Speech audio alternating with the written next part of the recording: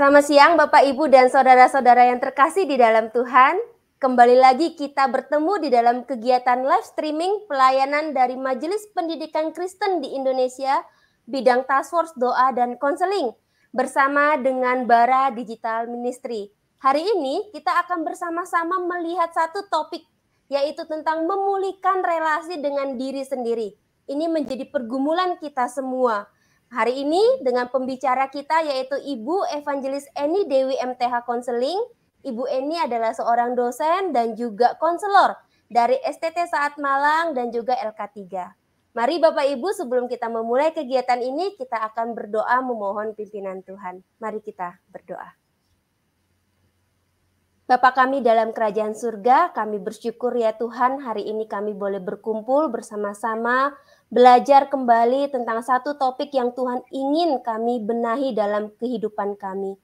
Tuhan, di dalam pergumulan kami banyak hal-hal yang kami tidak mengerti, terutama di dalam relasi kami dengan diri kami yang adalah ciptaan Tuhan.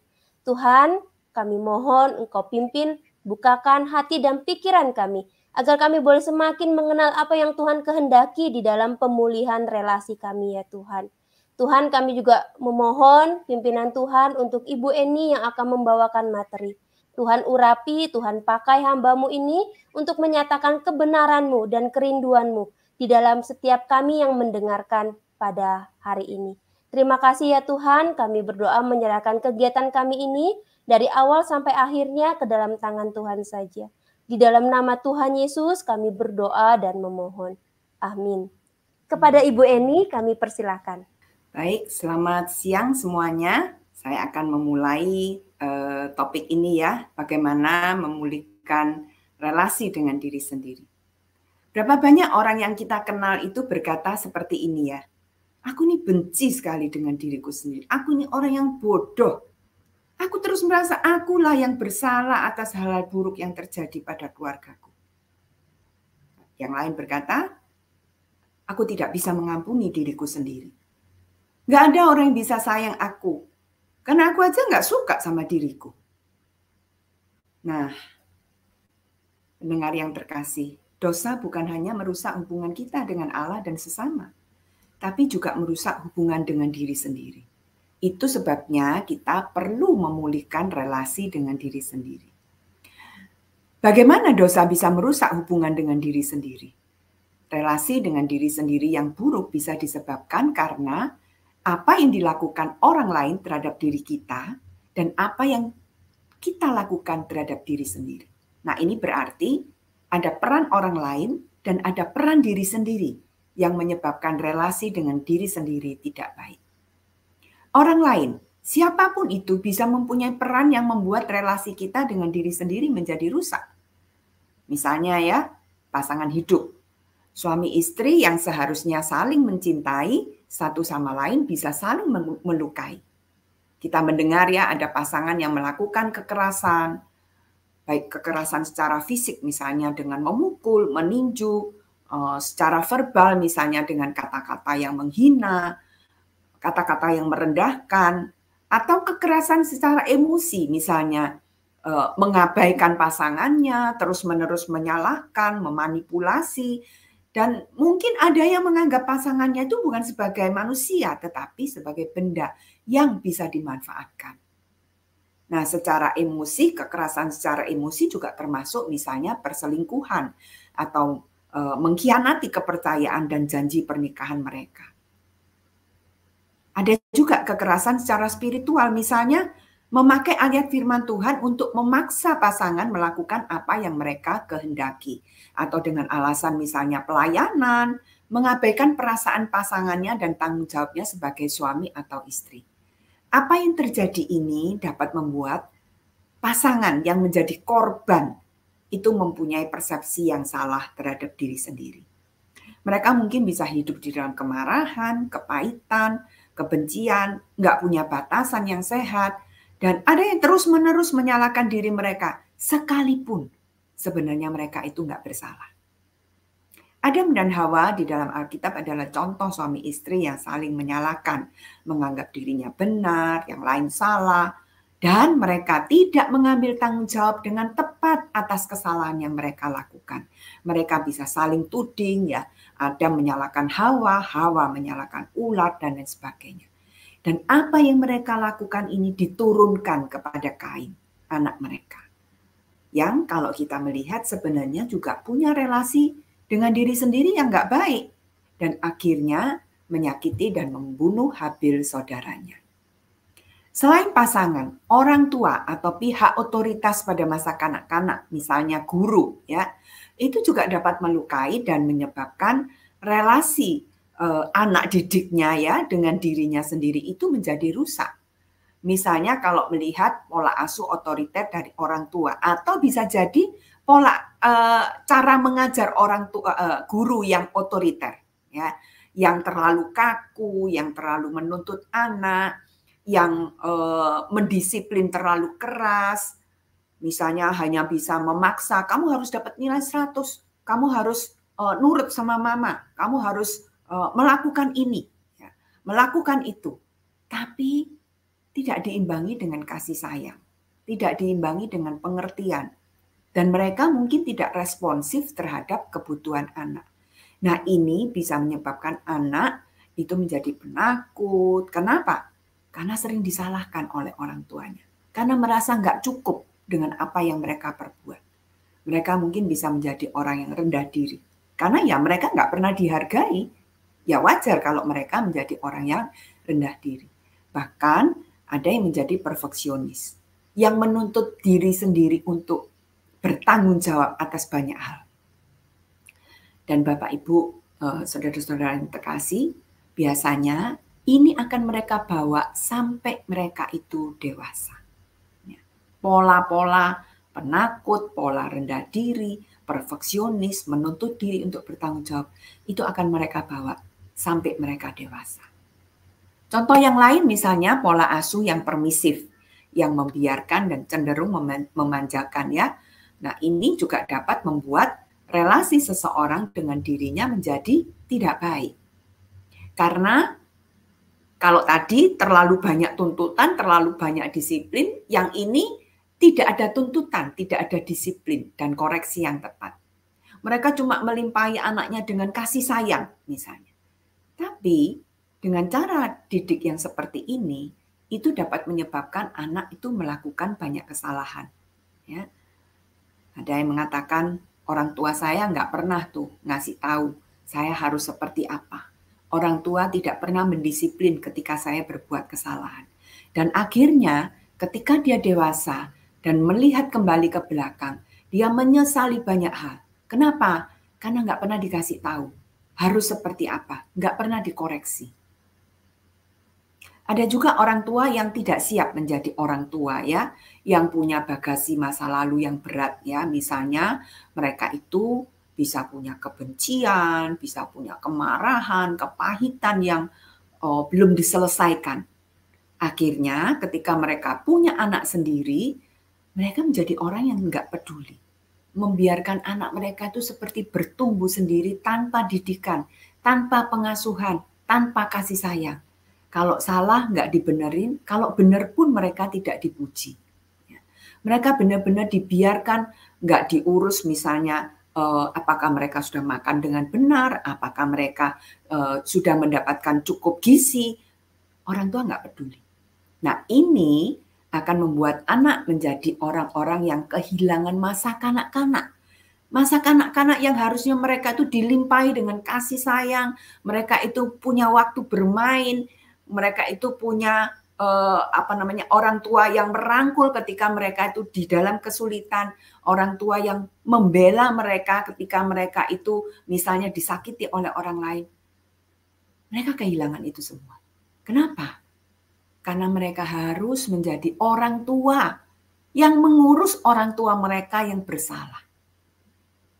Bahkan ketika anak-anak masih kecil, mereka bisa menjadi orang dewasa, mengambil peran orang dewasa, mengambil peran orang tua.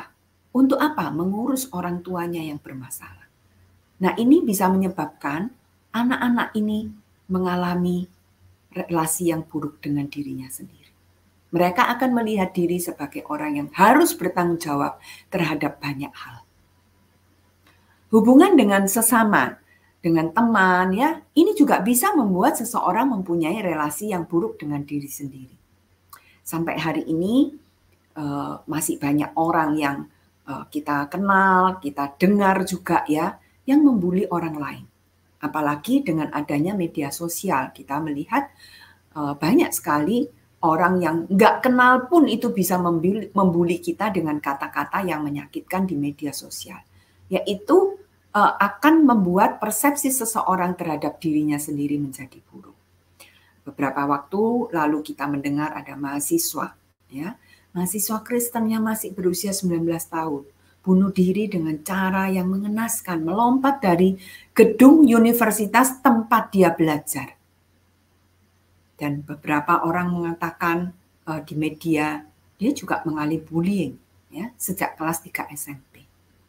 Teman yang seharusnya menjadi teman yang bisa saling menguatkan, saling mendukung, menjadi teman yang bisa merusak. Bahkan membuat kita melihat diri kita sendiri itu buruk. Di dalam dunia kerja, keserakahan, keegoisan manusia telah membuat manusia itu menghalalkan segala cara untuk mendapatkan keinginannya, meskipun itu melukai dan menyakiti orang lain.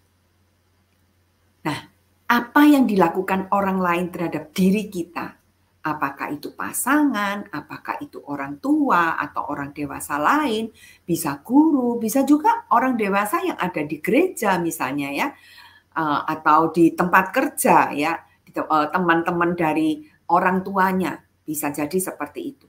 Atau teman sebaya, rekan kerja, bahkan rekan sepelayanan, itu dapat menyakiti dan membuat kita mempunyai persepsi yang salah terhadap diri kita.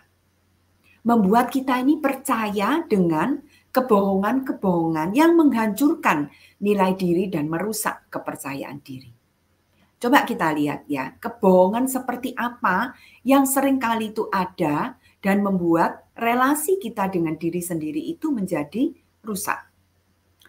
Yang pertama adalah saya tidak berharga. Nah, kita ini kadang-kadang menempatkan keberhargaan diri kita itu dari apa kata orang lain. Apa yang kita punya atau apa yang kita mampu lakukan. Ya. Jadi, ada orang yang meletakkan harga dirinya pada kalau orang lain berkata bahwa saya ini berharga, maka saya akan berharga. Atau dengan apa yang dia punya. Misalnya, kalau saya kaya, kalau saya punya mobil yang mewah, maka saya berharga. Atau dari apa yang mampu kita lakukan. Misalnya kalau kita ini punya kemampuan, kita bisa main piano dengan baik, atau kita bisa bicara dengan fasih. Nah, kita merasa, wah, kalau aku punya kemampuan seperti itu, aku berharga. Nah, yang menjadi masalah adalah kita sering membandingkan diri. Dan waktu kita membandingkan diri, dan ternyata, kita tidak punya, tidak mampu seperti orang lain. Dan orang lain nggak ada tuh yang ngomong sesuatu yang positif tentang kita. Maka itu bisa menyebabkan kita percaya bahwa saya ini tidak berharga. Saya ini memang tidak berharga. Nah, kalau kita baca ya Yesaya 43 ayat 4 ya, Bapak Ibu, saudara-saudara sekalian bisa membacanya ya. Saya akan membacakannya. Oleh karena engkau berharga di mataku dan mulia, dan aku ini mengasihi engkau. Aku ini mengasihi engkau. Engkau berharga di mataku. Nah, kita ini berharga bukan karena apa kata orang, atau apa yang kita miliki, atau apa yang kita mampu lakukan. Jadi ini adalah satu kebohongan. Nah, kita berharga karena kita ini adalah ciptaan Tuhan. Kalau kita berharga karena apa kata orang, apa yang kita punya, apa yang kita mampu, itu sesuatu kebohongan. Karena firman Tuhan mengatakan dengan jelas, kita berharga karena kita adalah ciptaan Tuhan. Dan Tuhan mengasihi kita. Dan bahkan dia rela mati di kayu salib untuk menebus dosa kita. Apa akibatnya kalau kita percaya bahwa saya tidak berharga? Kebohongan-kebohongan itu akan membuat kita menjadi orang yang punya harga diri yang rendah. kita selalu merasa tidak layak, selalu merasa tidak cukup baik, bahkan untuk menerima kasih Tuhan atau kasih dari orang lain. Kita merasa, aku nggak cukup baik untuk dikasih oleh Tuhan. Aku nggak cukup baik untuk dikasih oleh orang lain. Ya, ini adalah kebohongan. Lalu kebohongan yang berikutnya adalah, saya harus sempurna untuk bisa diterima. Nah, kesempurnaan itu menjadi tolok ukur penerimaan.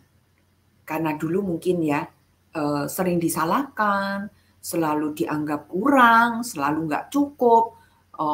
Orang tua bilang, kamu kok cuma dapat 9. Ya. Tapi begitu dia dapat 10, orang tua mengatakan, ya itu ya sudah seharusnya kamu lakukan. Ya. Itu adalah tanggung jawabmu, itu adalah apa yang seharusnya kamu kerjakan. Nggak ada pujian. Jadi meskipun dia sudah mencapai sesuatu yang sempurna sekalipun, orang tua atau orang-orang lain tidak pernah memberikan pujian. Masih selalu disalahkan, masih kurang ini, kurang itu. Nah, ini adalah sebuah kebohongan. Kenapa?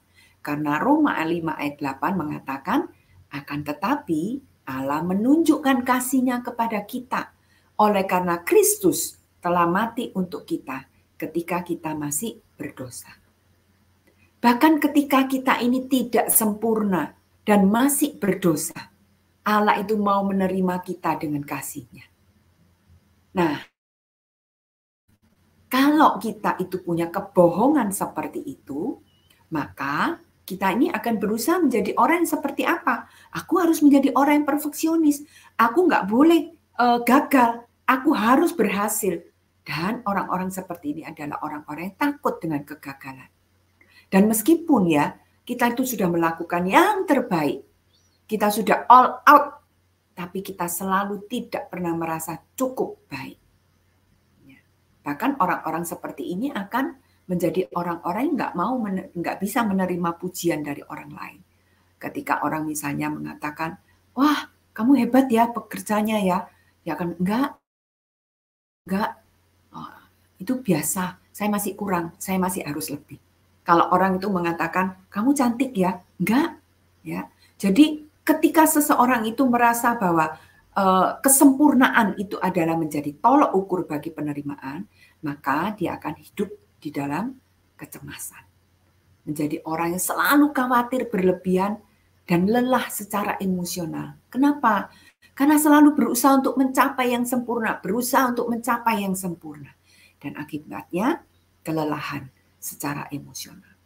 Ya. Karena kita sebagai manusia, kita bisa gagal, kita bisa salah, kita bisa tidak sempurna. Tapi kita tidak bisa terima waktu kita gagal, waktu kita tidak sempurna.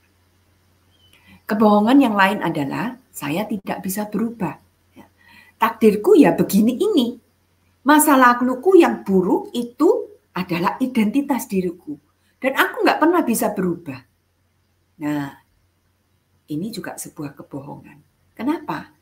Karena kita membaca di dalam 2 Korintus 5 ayat 17, siapa yang ada di dalam Kristus? Ia adalah ciptaan baru. Yang lama sudah berlalu, sesungguhnya yang baru sudah datang. Tuhan itu bisa menolong kita berubah. Karena apa? Tuhan juga menciptakan kita dengan otak yang bersifat plastisitas. Nah, ini menarik sekali ya. Tuhan itu menciptakan kita dengan otak yang luar biasa. Dan otak ini juga bersifat plastisitas. Artinya apa? Struktur otak kita ini bisa berubah ketika misalnya kita berelasi dengan cara yang berbeda atau berelasi dengan orang yang baru atau melakukan sesuatu yang baru atau berpikir tentang hal-hal yang baru. Otak ini akan berubah. Itu sebabnya kita ini sebenarnya bisa berubah. Ya, tentu saja bukan dengan kekuatan otak kita semata, tetapi juga dengan pertolongan Tuhan kita bisa berubah. Namun karena kita ini percaya bahwa saya nggak bisa berubah, nah ini akan membuat kita ini jadi putus asa gitu ya. Dan kita mungkin akan tetap pada kebiasaan buruk yang akan menghambat pertumbuhan kita secara mental. Kita menjadi orang yang percaya, ya sudah gimana lagi, saya memang nggak bisa berubah, saya ya seperti ini. Padahal kalau dia mau berusaha sedikit saja, atau dia bertemu berelasi dengan orang yang lebih baik, orang-orang yang bisa mendukung dia, kemungkinan dia bisa mengalami perubahan. Ada kebohongan yang lain, misalnya, saya ini sendirian, gak ada orang yang peduli dengan saya. Ini juga adalah sebuah kebohongan. Ibrani 13 ayat 5 mengatakan, aku sekali-kali tidak akan membiarkan engkau dan aku sekali-kali tidak akan meninggalkan engkau. Yesus adalah Allah Immanuel, Allah yang menyertai kita. Nah, sebagai orang yang percaya kepada Kristus, kita ini gak pernah sendirian. Perasaan bahwa saya ini sendirian, gak ada orang yang peduli, itu makin membuat kita itu mengisolasi diri. Kita mungkin akan menjauhi komunitas. Kita mungkin terus-menerus merasa bahwa gak ada orang yang suka dengan saya, gak ada orang yang peduli, karena saya tidak pantas dikasih. Nah, yang berikutnya, kebohongan yang berikutnya, yang terakhir ya adalah saya bertanggung jawab atas semua hal. Setiap orang itu sebenarnya punya tanggung jawab pribadi. Dan masing-masing akan menanggung tanggung jawabnya pribadi. Galatia 6 ayat 5 mengatakan, sebab tiap-tiap orang akan memikul tanggungannya sendiri. Ketika kita berhadapan dengan Tuhan, Tuhan tidak minta kita ini bertanggung jawab atas apa yang dilakukan orang terhadap kehidupan orang lain. Enggak. Tetapi Tuhan minta kita bertanggung jawab terhadap kehidupan kita sendiri. Ya. Demikian juga dengan orang lain itu punya tanggung jawab terhadap hidup mereka sendiri. Nah, kita tidak bisa bertanggung jawab atas hidup orang lain sebab kita bukan Tuhan.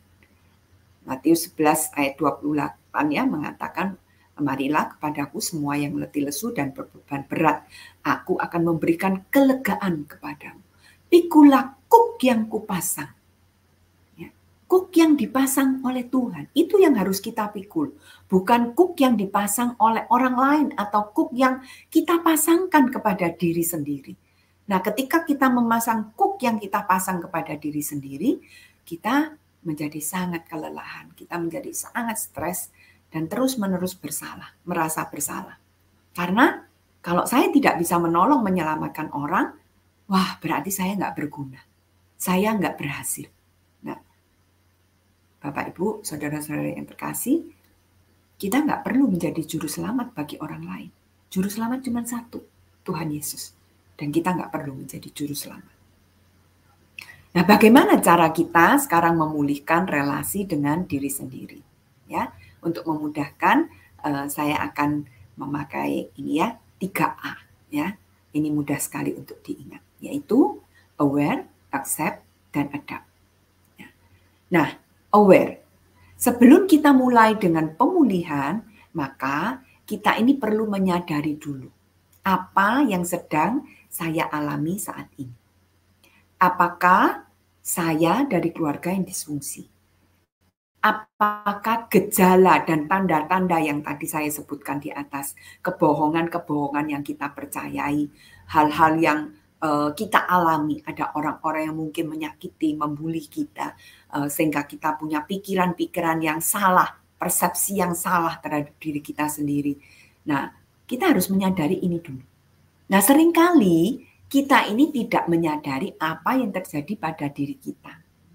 Karena itu kita perlu ya, ketika orang lain itu menyebutkannya, kita jangan langsung menolak. Ketika orang lain itu mengevaluasi kita dan mengatakan, kamu tuh loh kok perfeksionis. Nah, biasanya orang-orang yang punya isu seperti ini itu akan menolak, akan defense gitu ya, dan akan berkata, enggak, siapa yang bilang aku perfeksionis? Atau kalau orang mengatakan kepada kita, kamu tuh kok menjadi orang tuh yang terlalu bertanggung jawab. Enggak kok, kan harusnya orang tuh memang bertanggung jawab kan ya. Nah, itu berarti apa? Menyangkali. Nah, sekarang coba Bapak, Ibu, saudara-saudara yang dikasih Tuhan ya, waktu orang lain itu mengevaluasi kita coba aware. Benar nggak sih apa yang dikatakan orang? Bukan berarti kita itu harus nurut ya. Itu sebabnya kita perlu untuk mengevaluasi diri dengan jujur. Benar nggak sih saya seperti itu? Kalau memang benar seperti itu, nah kita baru bisa masuk kepada langkah-langkah berikutnya. Kalau kita merasa kesulitan untuk aware, kita bisa tanya. Misalnya, saya ini merasa nggak enak dengan diri saya. Saya ini selalu merasa bahwa saya ini menyalahkan diri saya sendiri. Saya nggak bisa mengampuni diri sendiri. Tapi saya nggak ngerti kenapa ini terjadi. Nah, mungkin itu saatnya Bapak Ibu, saudara-saudara bisa konseling atau tanya kepada orang lain yang punya kemampuan untuk melihat hal seperti itu. Nah, yang kedua adalah accept. Setelah kita menyadari, kita mengakui bahwa ya, saya adalah orang yang punya relasi buruk dengan diri sendiri. Maka hal yang penting adalah kita perlu menerima diri kita sendiri. Menerima diri sendiri itu nggak mudah. Kenapa? Karena waktu kita itu melihat, menerima diri sendiri, melihat kepada diri sendiri, itu berarti kita menerima kekurangan kita menerima kegagalan diri kita, kesalahan, bahkan mungkin menerima masa lalu kita yang buruk. Juga menerima bahwa ada orang yang seharusnya mengasihi kita, ada orang yang seharusnya membela kita, yang ada orang yang seharusnya melindungi kita, itu ternyata justru melukai hati kita. Menerima bahwa saya tidak sempurna, saya bisa gagal, saya tidak selalu mampu melakukan semua hal. Menerima seluruh keberadaan diri kita dan juga keluarga kita, lingkungan kita, dan menerima bahwa kita ini berharga di hadapan Tuhan. Mazmur 139 ayat 14 mengatakan, aku bersyukur kepadamu oleh karena kejadianku dahsyat dan ajaib. Ajaib apa yang kau buat dan jiwaku benar-benar menyadarinya. Menerima bukan hanya secara kognitif, tetapi juga secara emosi. Artinya, kita bukan hanya, ya memang aku harus terima, ya sudah aku terima kok. Tapi ternyata kita nggak menerima secara emosi. Nah, kita mau merangkul diri, berdamai dengan banyak yang tidak sempurna dalam hidup kita. Menerima juga berarti bahwa kita belajar mengampuni diri sendiri. Nggak menuntut diri lagi, tapi membebaskan diri dari tuntutan-tuntutan yang salah. Nah, kita bisa untuk menerima diri, kita bisa misalnya dengan menulis surat, kita menyatakan penyesalan, kita menyatakan rasa bersalah, kita menuliskan mungkin kemarahan kita, kekecewaan kita, ketakutan kita, kesedihan kita, dan perasaan-perasaan terluka yang disebabkan oleh orang-orang yang menyakiti hati kita. Lalu kita bisa berkata, aku mau mengampuni diriku. Aku mau mengampuni diriku sendiri dan juga orang-orang yang melukai hatiku. Nah, jika itu terlalu sulit, berdoa kepada Tuhan. Minta agar Tuhan memampukan kita untuk mengampuni diri sendiri dan juga orang lain. Ada hal yang terakhir adalah kita mengambil langkah penting untuk mulai beradaptasi ya. Kita bisa membangun identitas diri yang benar, identitas yang kita bangun atas dasar apa kata Tuhan, bukan apa kata orang. Kita bisa menghafal Yesaya 43 ayat 4 dan berdiri di cermin, kita bisa melihat ke diri sendiri lalu berkata, aku berharga, Tuhan mengasihi aku. Dan kita juga perlu mengasihi diri kita sendiri ya. Bukan berarti ini egois, tapi penghargaan atas hidup yang diberikan Tuhan kepada kita. Nah, sebelum kita mengasihi orang lain, kita perlu belajar mengasihi diri sendiri. Misalnya dengan apa? Menjaga pola makan, tidur yang cukup, olahraga, mencari hobi, melakukan apa yang kita suka. Belajar berdamai, menerima kegagalan. Waktu kita nggak sempurna, waktu kita gagal, waktu kita nggak berhasil, kita bisa peluk diri. Dan kita bisa berkata, it's okay to not be okay. Nggak apa-apa, nggak sempurna. Kalau kita memang salah, ya kita bisa datang kepada Tuhan. Kita bisa bertobat dan percaya Tuhan akan mengampuni kita. Beristirahat secara emosional dan rohani di dalam Tuhan ya, seperti tadi Matius 11 ayat 28-30. Belajar juga membuat batasan dengan orang lain. Kalau kita sulit cari teman, coba berdoa kepada Tuhan ya. Mulai belajar pelan-pelan, menyapa orang, mungkin dengan 1 orang, 2 orang, pelan-pelan membuka diri. Belajar bersosialisasi dan mencari komunitas yang sehat. Ya, kita mengikuti kegiatan sosial yang bisa membangun kita. Cari hobi, minat, atau hal-hal yang menarik perhatian kita.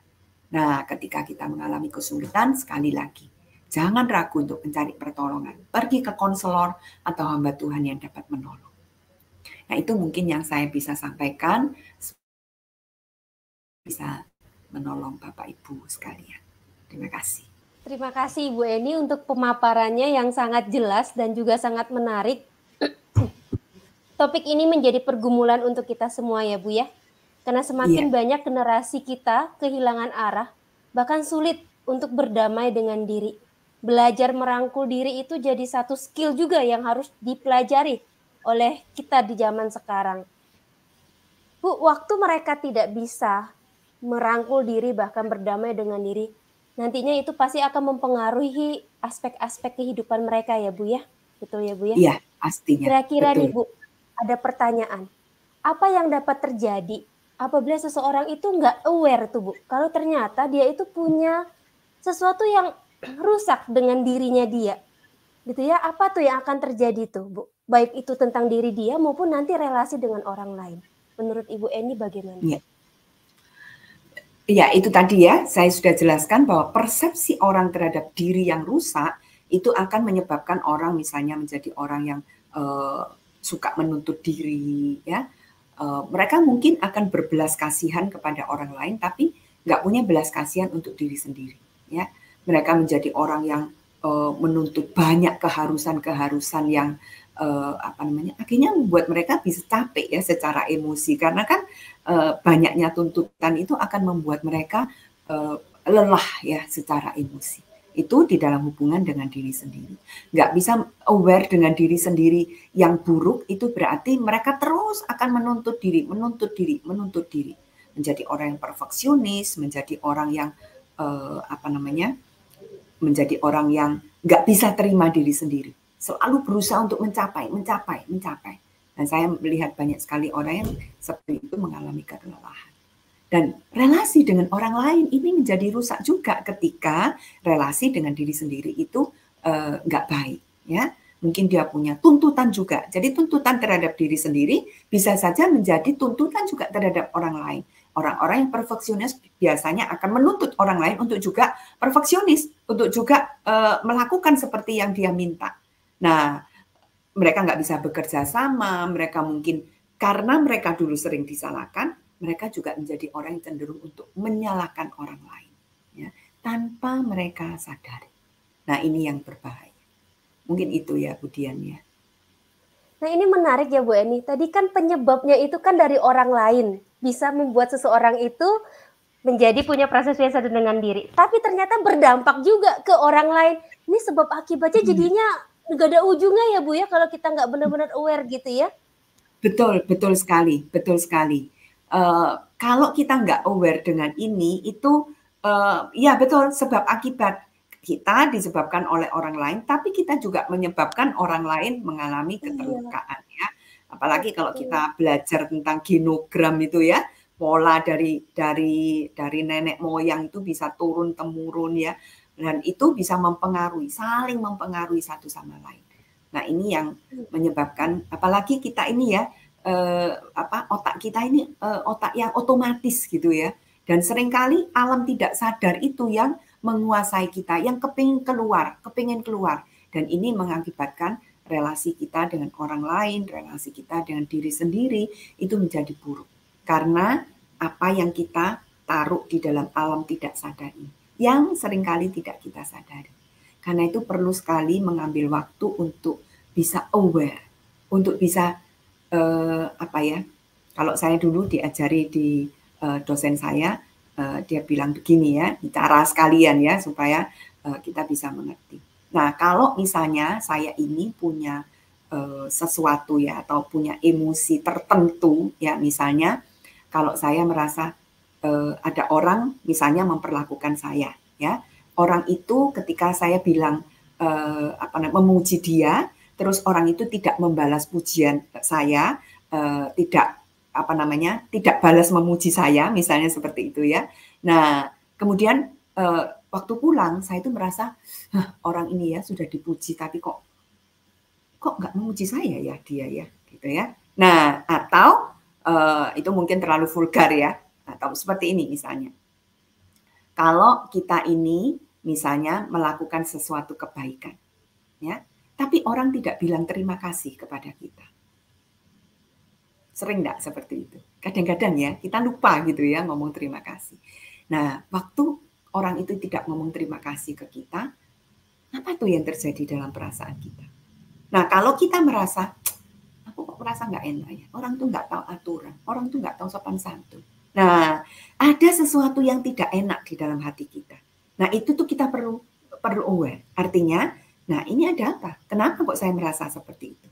Atau ketika kita misalnya kita punya teman gitu ya. Nah, teman itu misalnya ngomong sesuatu yang biasa, tetapi kita merasa terluka dengan perkataan itu.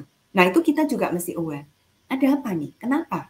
Nah, itu cara untuk kita itu bisa aware. Kalau kita punya perasaan tidak enak, bahkan kalau kita punya perasaan yang terlalu senang, itu juga bisa menjadi tanda buat kita.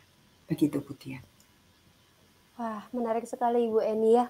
Nah Bu, kalau misalnya kita bertemu nih, ternyata pasangan kita atau teman baik kita gitu ya, kita mulai melihat nih ada tanda-tanda yang tadi Ibu katakan di dalam mereka. Ini orangnya tadi aku sudah ini tapi, nah kita kan mulai belajar dan kita mulai aware dan kita mulai lihat orang aware. Bagaimana kita dapat membantu mereka agar mereka juga bisa aware Bu, bahwa mereka itu memiliki kebohongan-kebohongan yang selama ini mereka percaya tanpa mereka sadari. Tadi kan Ibu sudah katakan kadang ada orang defense gitu ya. Nah kita sebagai yang mengasihi mereka, mungkin itu pasangan, mungkin itu anak remaja kita, atau mungkin itu anak rohani kita, bagaimana kita sebagai pembimbing, pendidik gitu ya Bu ya, bisa membimbing itu Bu? Ya kalau dengan anak didik gitu ya, kita bisa misalnya berbicara secara pribadi dengan dia, ya. Nah, biasanya itu kita boleh katakan seperti ini.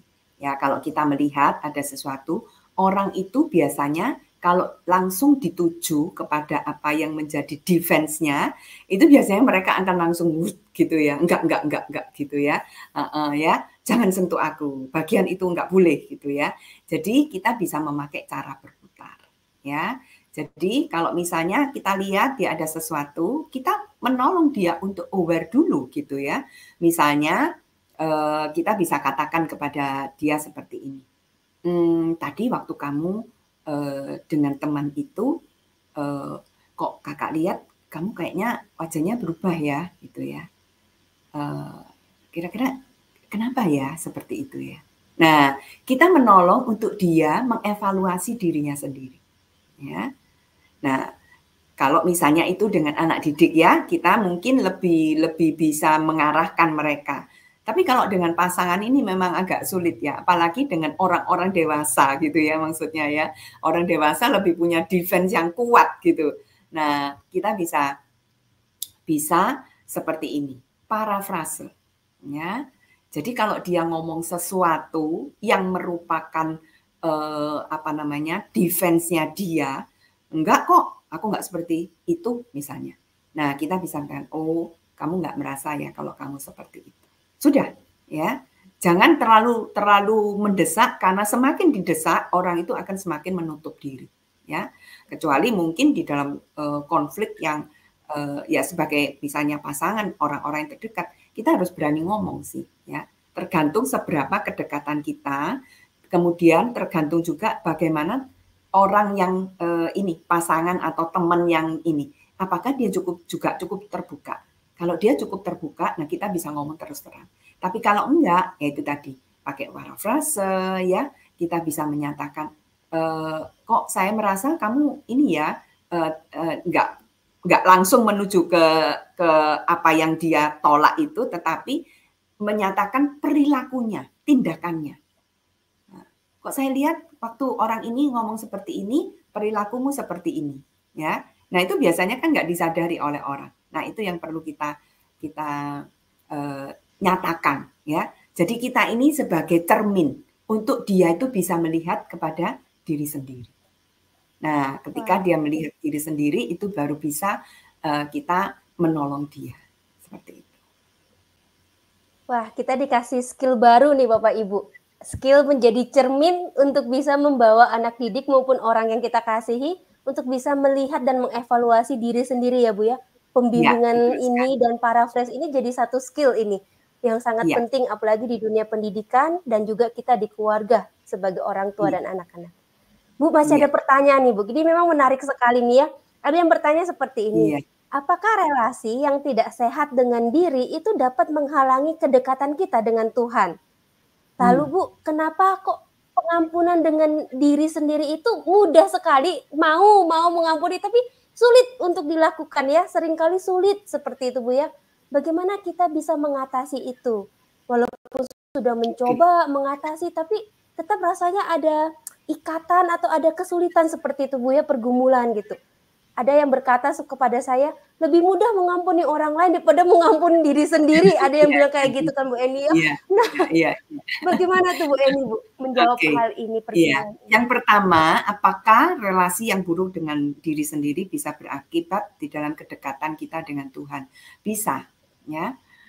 Seperti yang tadi saya sebutkan, saya menyatakan bahwa ada orang-orang yang merasa dirinya buruk, merasa dirinya itu nggak cukup baik. Nah, orang-orang yang seperti ini bisa juga bukan hanya terhadap orang lain, tetapi dia juga merasa saya tidak cukup baik, Tuhan tidak mengasihi saya. Meskipun ini ya, meskipun kita ini tahu bahwa Tuhan itu mengasihi kita, secara kognitif itu kita tahu bahwa Tuhan itu mengasihi kita. Tetapi secara emosi itu kita sulit. Kenapa? Karena satu, kita nggak pernah merasakan dikasihi oleh orang misalnya, ya. Atau kedua adalah orang selalu menganggap kita negatif. Orang selalu memojokkan kita, orang selalu menyalahkan kita. Nah, ini akan menyebabkan kita merasa saya ini memang bukan orang yang layak, saya bukan orang yang pantas. Ya. Nah, saya ingat sekali ya, ini mungkin saya sharing pribadi ya. Saya ingat waktu saya kecil itu entah ada beberapa saudara atau orang-orang tertentu gitu ya. Yang saya ingat itu saya sering dikatai saya itu jahat gitu. Saya itu jahat, saya itu ada yang bahkan mengatakan saya itu jahat seperti setan gitu ya. Nah, ternyata itu tuh melukai saya gitu. Sangat melukai saya. Nah, waktu saya mau percaya kepada Tuhan Yesus, waktu ada tantangan gitu ya, bahwa kita perlu Tuhan ya. Saya nulis di diary saya waktu itu, saya bilang, Tuhan nanti ya, kalau saya sudah menjadi orang yang baik, saya akan menerima Tuhan Yesus. Saya akan datang kepada Tuhan. Tapi ya kita tahu bahwa itu nggak mungkin kan. Dan saya bersyukur sekali karena anugerah Tuhan itu dinyatakan kepada saya. Dan Tuhan bilang, justru karena kamu nggak baik, saya mengasihi kamu. Dan kamu perlu menerima saya. Nah itu menolong saya mengubah konsep berpikir saya. Sehingga waktu itu saya mengatakan, iya Tuhan, saya mau percaya kepadamu. Dan konsep itu yang kemudian mengubah saya. Tapi apakah itu langsung? Enggak. Saya masih berusaha untuk menjadi orang yang sempurna. Saya masih berusaha menjadi orang yang baik sekali. Supaya apa? Supaya saya bisa diterima. Sampai akhirnya saya menggali lagi luka-luka saya dipulihkan ketika saya bisa mengampuni orang lain dan mengampuni diri saya sendiri. Nah, soal mengampuni memang boleh nggak kalau ini kita bahas di mengampuni relasi dengan orang lain. Kenapa? Karena di nanti waktu kita membahas tentang pengampunan terhadap relasi dengan orang lain, saya akan menjelaskan pengampunan itu seperti apa. Nah, itu juga kita bisa terapkan kepada diri sendiri. Tapi satu hal yang mau saya katakan adalah pengampunan itu adalah membebaskan kita dari hutang. Itu prinsipnya, ya. Dan itu membebaskan kita juga dari luka-luka yang membelenggu kita. Ketika kita ini tidak bisa mengampuni, ketika kita tidak bisa mengampuni diri sendiri atau orang lain, itu kita ini seperti terbelenggu, ya, oleh hutang. Nah, hutang itu kita lepaskan dan kita akan merasa free. Apakah boleh seperti itu, Bu Dian? Ya boleh, karena nanti Bapak Ibu di minggu ketiga draft streaming kita akan membahas topik ini, yaitu memulihkan relasi dengan orang lain masih bersama dengan Ibu Eni. Dan Ibu Eni udah kasih nih clue-cluenya. apa yang akan dibahas nanti di topik berikutnya itu.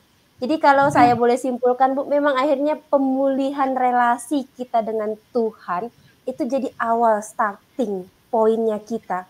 Tapi itu bukan jadi ending ya Bu ya, karena pemulihan Tuhan itu holistik ya.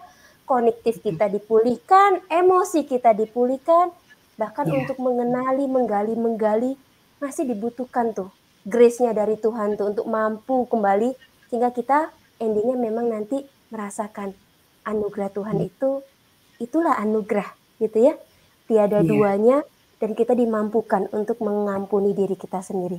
Boleh dibilang seperti itu Bu ya? Iya, Bu, betul sekali.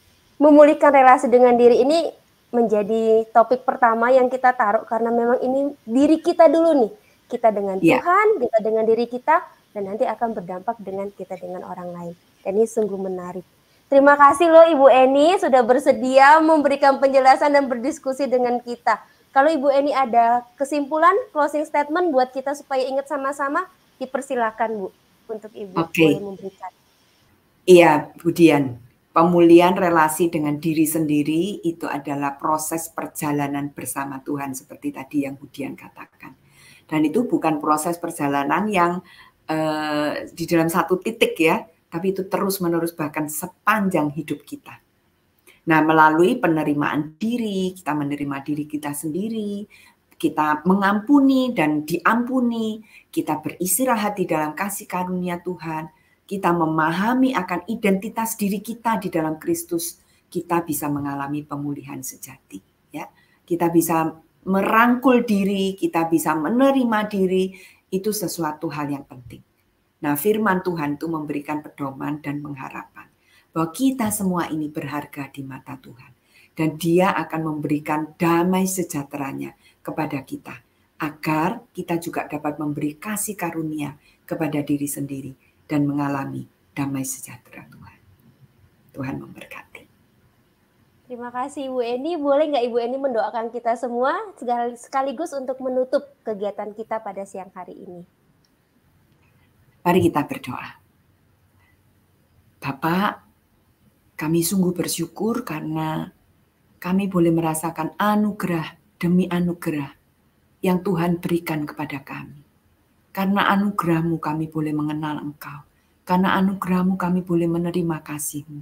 Karena anugerah-Mu kami juga boleh mengenal diri kami.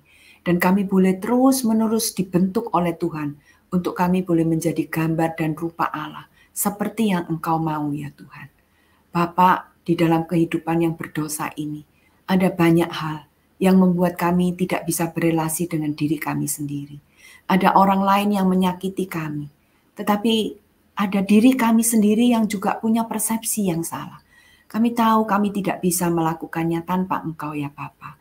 Karena itu bantulah kami semua yang mendengarkan di tempat ini ya Bapa. Tolonglah supaya kami boleh mengalami terlebih dahulu kasih dari Tuhan. Tetapi kami juga boleh aware Tuhan dengan diri kami sendiri. Bapak, tuntunlah kami, tolonglah supaya kami bisa menerima kasih karunia dari Tuhan dan memberikan kasih karunia itu kepada diri kami sendiri. Kami berdoa ya Bapa, supaya Engkau juga menolong kami untuk bisa mengampuni, untuk bisa berdamai. Bapa, terima kasih. Kami percaya Roh-Mu yang kudus yang Engkau taruh di dalam hati kami yang bersama-sama dengan kami, itulah yang akan memampukan kami untuk menjadi pribadi yang baik, pribadi yang seturut dengan kehendak Tuhan, pribadi yang mau melakukan apa yang Tuhan kehendaki. Kami bersyukur untuk kasih karunia-Mu Bapa. Di dalam nama Tuhan Yesus kami berdoa. Amin. Amin.